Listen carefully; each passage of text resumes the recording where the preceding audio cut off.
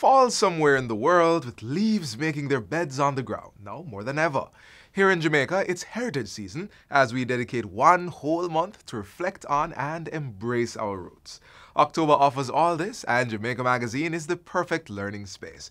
I'm Theodore Henry. As always, welcome.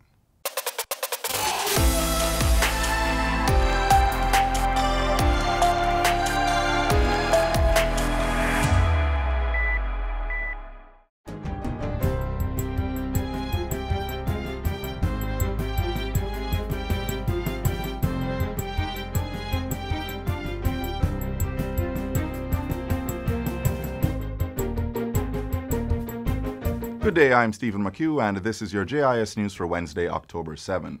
Prime Minister Andrew Holness has announced a range of measures to further control the spread of COVID-19 in Jamaica. In a statement to Parliament Tuesday, the Prime Minister announced that the island-wide curfew time of 8 p.m. to 5 a.m. remains in effect until October 18, but begins earlier at 3 p.m. daily on October 18 and 19, ending 5 a.m. October 20. We have considered where we are in the progression of the pandemic in the country, and we have taken a decision to discourage parties and gatherings which are normally held during the Heroes Weekend. Thereafter, as we have done before, the curfew will move to 9 p.m.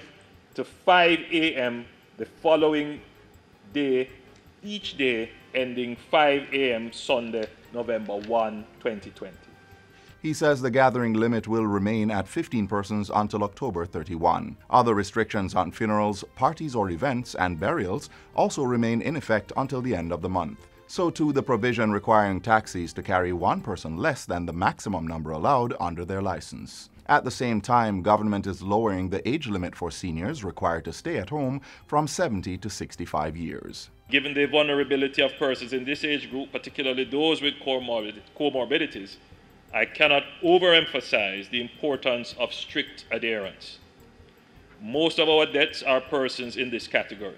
Meanwhile, Whitfield Town in Kingston and Waterford in St. Catherine have been placed under longer curfew hours and other restrictions on movement to curtail the spread of the virus in these areas. While making the announcement in Parliament yesterday, Prime Minister Andrew Holness revealed that Whitfield Town had 21 cases, while Waterford had 24 active cases and 5 deaths. He says both communities are among highly trafficked areas across the two parishes, which are of special concern for an exponential rise in cases due to their dense populations. Kingston and St. Andrew and St. Catherine account for almost 70% of the new cases in September. While the cases in these parishes are spread across communities, there are some communities that are particularly affected and show a high concentration of cases. For Whitfield Town and Waterford, curfew is now from 6 p.m. each day to 5 a.m. the following day.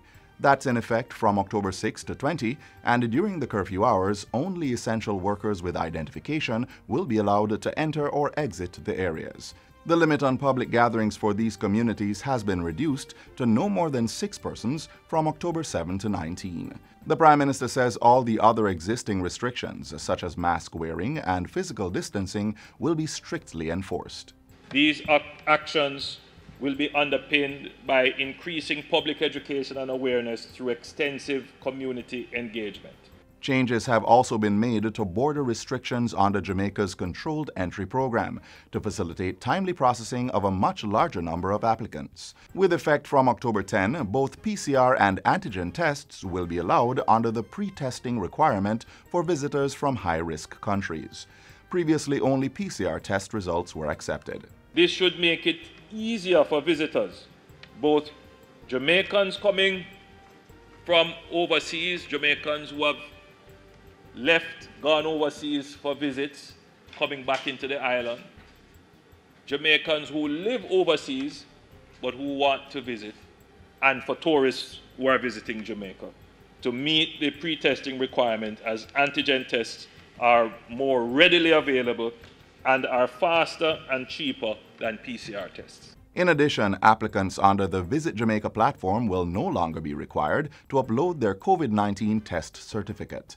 They will, however, be required to present it and the usual travel authorization at the airport when they check in for their flight. Residents of Jamaica will continue to apply for their travel authorization on the JAM COVID site and are not subject to the pre-testing requirement. In related news, government is in advanced discussions to implement a health services and logistics insurance plan that will be mandatory for visitors to Jamaica.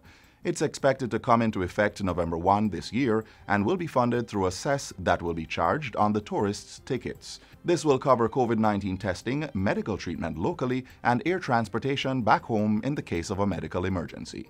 We understand that this new generation of travelers require health security and safety and destination assurance that give confidence, so that when they leave where they are and they come to us, they would feel that they will be safe to return home and have a safe, secure, and seamless destination experience. The tourism minister was speaking at the official reopening of Zoetry Resort in Montego Bay on Friday. He says Jamaica will be the first country in the world to feature this end-to-end health security initiative for tourists. According to the tourism minister, such a program will make the point that Jamaica is the most COVID-19 resilient destination in the Caribbean. In other news, there are now more options for travel between Jamaica and England as Virgin Atlantic resumes flights to the island.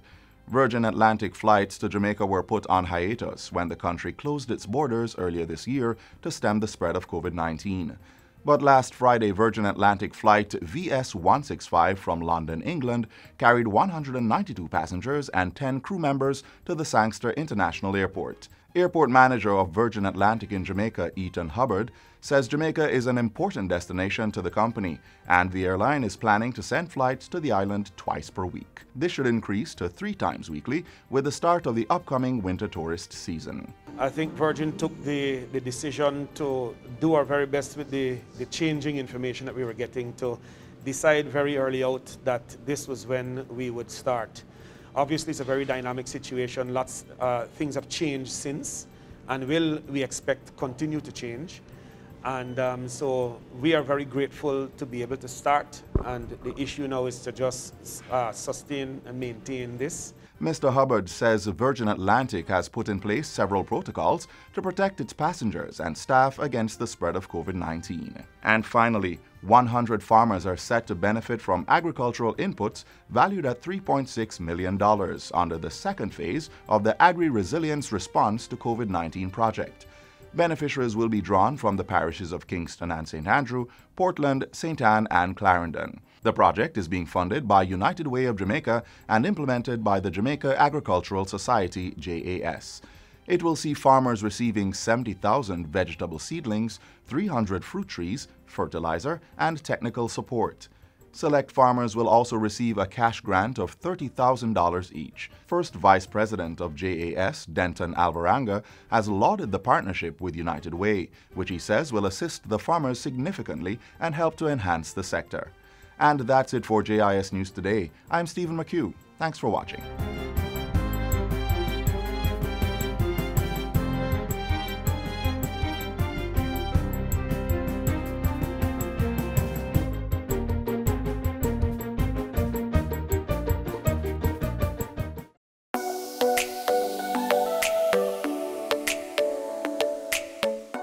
To properly carry out a hand rub, apply a palmful of the product in your cupped hand, covering all surfaces.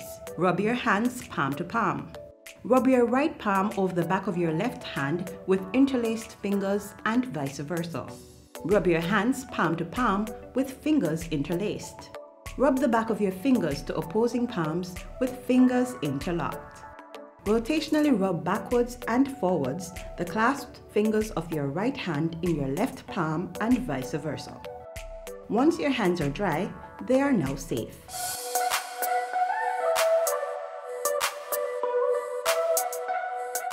Let's move on and enjoy the nutritious offerings of our seas. It's time to dive into how seafood can help build your immune system to fight diseases like COVID-19.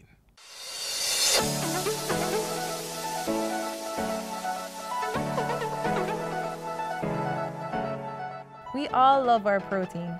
Chicken, beef, pork. But how often do we eat fish? Is it only at Easter time or when you're at the beach? Incorporating more fish into your diet can be very beneficial to your health. Compared to red meats and poultry, fish has far less calories and cholesterol. It's the saturated fats and the trans fats that our bodies use to make cholesterol. And fish and seafood have very little saturated fat and trans fat. So in truth and in fact, that makes it a very healthy source of protein. Fish also has iron, which is important for good reasoning and memory, iodine, which can prevent mental problems in children, and selenium, vitamins, and carotenoids, which are antioxidants. Who knew that we could get so many nutrients from fish? And that's not all.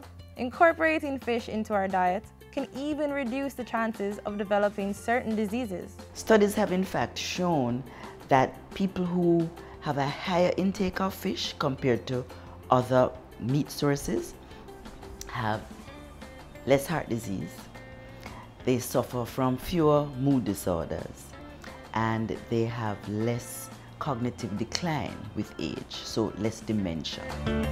This is due to omega-3 fatty acids, a nutrient that is only found in a few other food sources, such as walnuts and flax seeds. But oily fish, such as sardines, tuna, mackerel, salmon, and trout, are excellent sources of omega-3s and are readily available at your convenience in supermarkets. So we want to add fish into our diet. In what ways can we do this? So escovitch fish is one of our favorites. Now the onions and the carrots and the vinegar and the pimento, that's all fine. But we don't want to do a lot of deep frying. Deep frying adds calories. Nothing like a nice steamed fish, a nice roast fish. And when you roast your fish, you can stuff it with wonderful vegetables like callaloo and so on. So we have to find other ways. Many of us have broilers as a part of our stove and we've never utilized it. We don't know how it's used.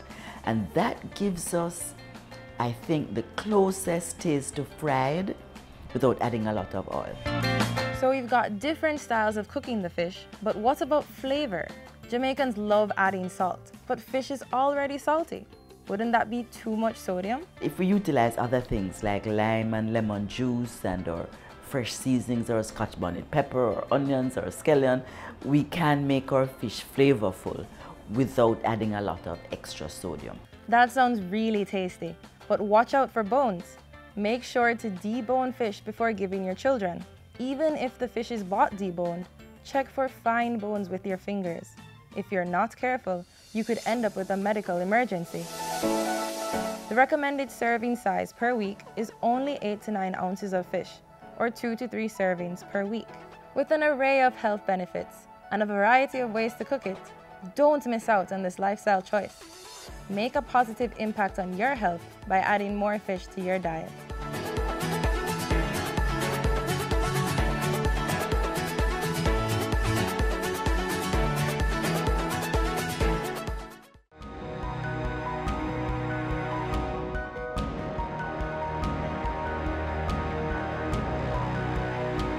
So the first technique that will be explained today is the technique of boiling. What we advise is for you to obtain clean water, water that you can see through. Then you would place it into a pot, you'd cover the pot and allow for it to boil. Allow for rolling boil for about 5 minutes. Then it would look something like this. Then after you would have achieved the 5 minutes of rolling boil, then you'd allow for it to cool. Then you would place it inside of another container. Use an airtight container to store your water. If the water is not used within a few weeks, be sure to carry out additional treatment of the water that may include boiling the water once more.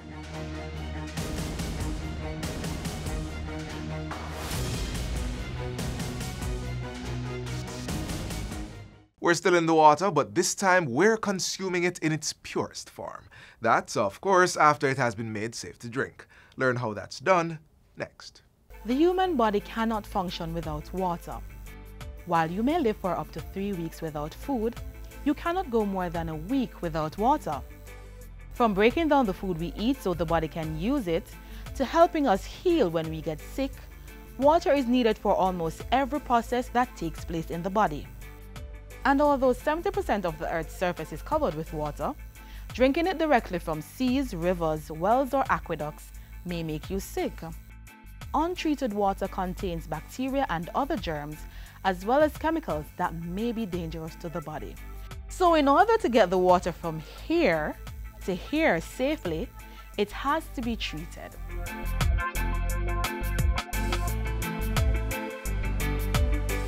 Water treatment processes differ depending on the source. If the water is coming from a river, for example, here at the Negro River in St. Thomas, it usually goes through an extensive treatment process before reaching the pipe. Here is where we do the first type of treatment in the form of sedimentation and screening. Behind me you can see where we screen the bigger stuff like the sticks, stones and debris. Then we come down to the sediment where we separate the sand from the stones. And then this water will leave from St. Thomas and pipe into Kingston via pipeline into the Mona Reservoir. The Mona Reservoir is the island's largest raw water storage facility and provides the liquid to over 30% of people living in Kingston and St. Andrew. If this is where you get your water, here is where the next step in the treatment process occurs. Here in the reservoir, we allow for maximum levels of mixing, maximum levels of aeration, as can be done here at the facility. We also, at the reservoir, you allow for settling out of the silt and the suspended particles, dirt particles, that would otherwise be in the raw water. We then take the water from the reservoir and take it to the Mona treatment plant. At the treatment plant, chemicals are added to further purify the water. Chlorine is first added to kill bacteria.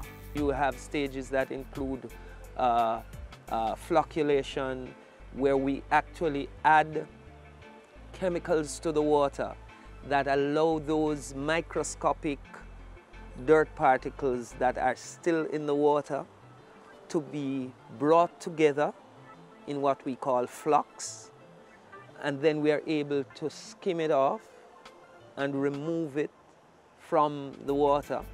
The water is then passed through filters which contain layers of sand, gravel, charcoal or synthetic materials that remove remaining small particles. The final stage is disinfection. Here, chlorine is added to kill any other bacteria or germ. Ensuring that we have what we refer to as chlorine residual that goes with the water, so that as the water travels along the pipeline to our customers, should it come in contact with any germs along the way, there is enough chlorine residual in that water to destroy those germs and still be delivered to the customer in good quality. The water is tested all throughout the treatment process to ensure that what you get in your pipe meets World Health Organization standards. For several years running, the National Water Commission has won the best tasting water in the Caribbean. We have also been acknowledged by the various arms of the United Nations at different points in time as having one of the best quality water in the hemisphere. That is definitely something we can drink to.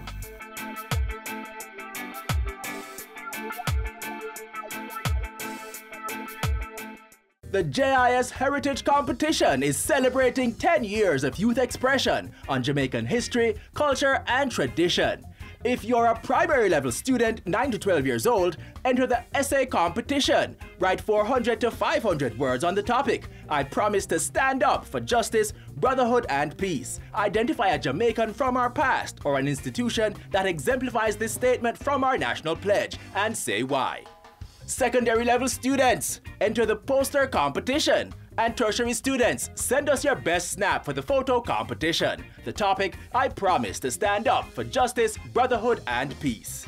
Enter now and play your part in preserving our national heritage. Great prizes to be won. Competition closes October 24. For competition rules and guidelines, contact the JIS.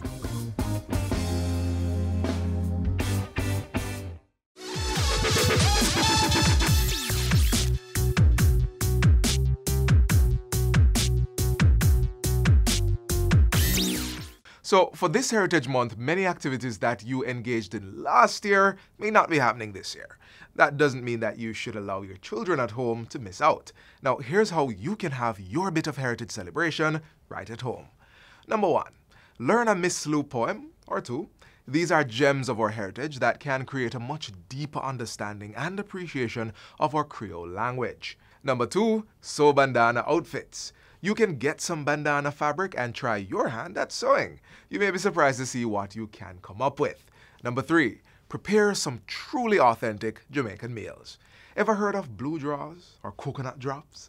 This October may very well be the time to try preparing some of these with the little ones. Number 4, learn a bit more about some of our historical figures.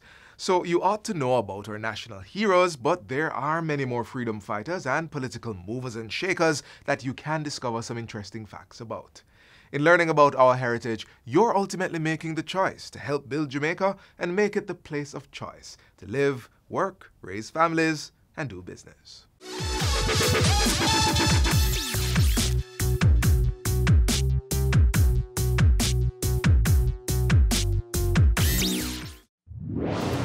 Whenever you hear the following tone, the Office of Disaster Preparedness and Emergency Management, ODPEM, will be giving information on an emergency situation affecting the island. Please be on the alert and listen to your radio and television for further information.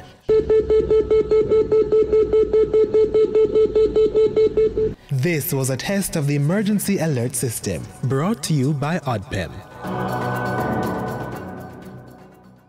As you make time this Heritage Month to learn about our roots, we're meeting some hands that are tilling the literal roots, and those are the hands of our farmers. Here's one avenue created to ensure lands are viable for production. To provide jobs for persons, it lets me feel like, I'm really contributing to the economy of the country. It's just a good feeling. And to produce the quality products, to compete with the international market, and to produce goods that actually look much better than imported goods, it's a good feeling for me.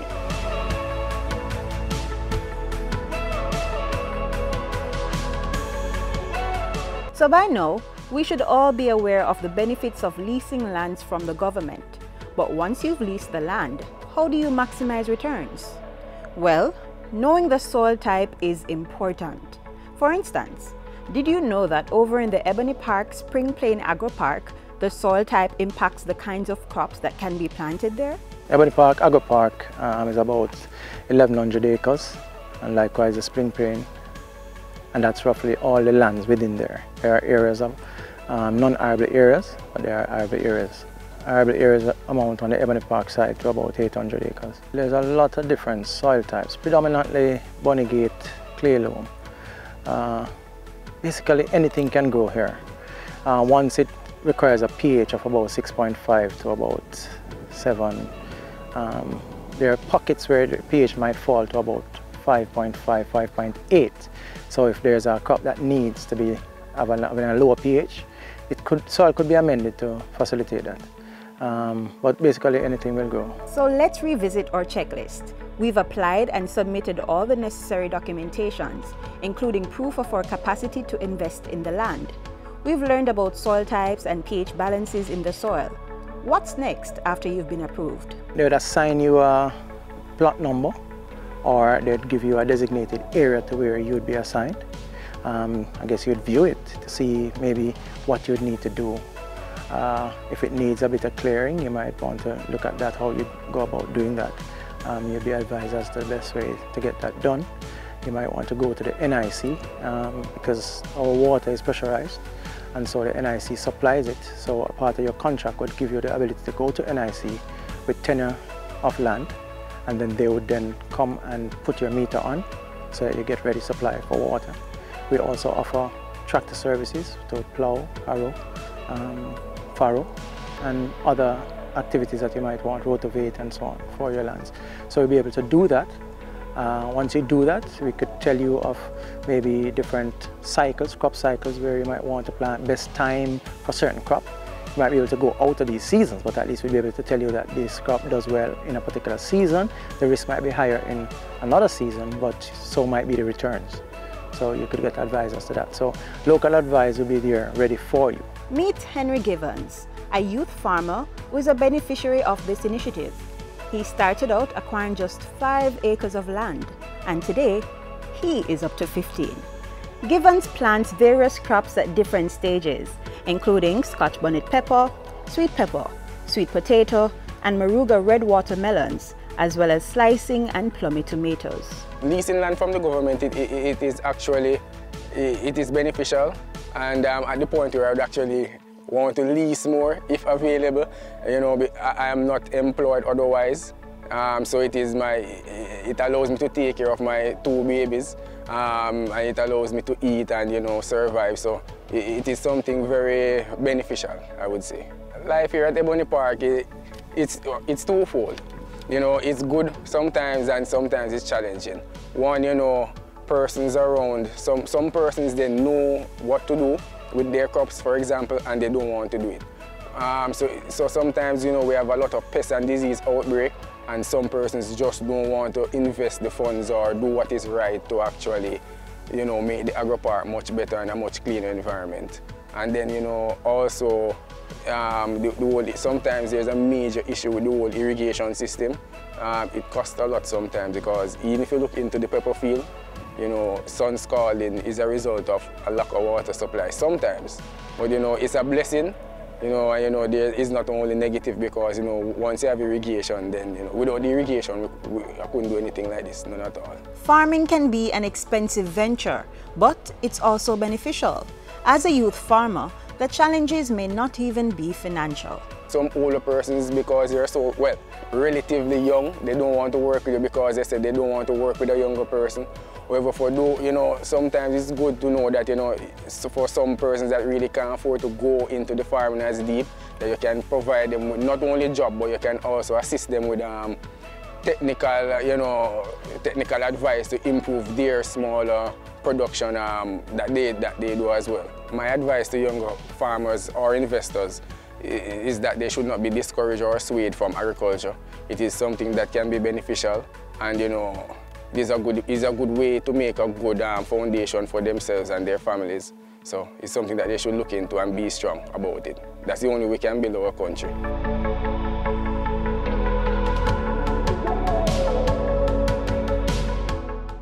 So, what will you be doing this Heritage Month? Let us know on our Facebook, Instagram, or Twitter pages. Send us a message. But in the meantime, be on the lookout for a fresh Jamaica Magazine package tomorrow. And also check out this and past episodes on our YouTube channel, and visit our website at www.jis.gov.jm. From all of us here, we hope you're still observing the COVID-19 protocols. I'm Theodore Henry. See you soon. This has been a production of the Jamaica Information Service, the voice of Jamaica.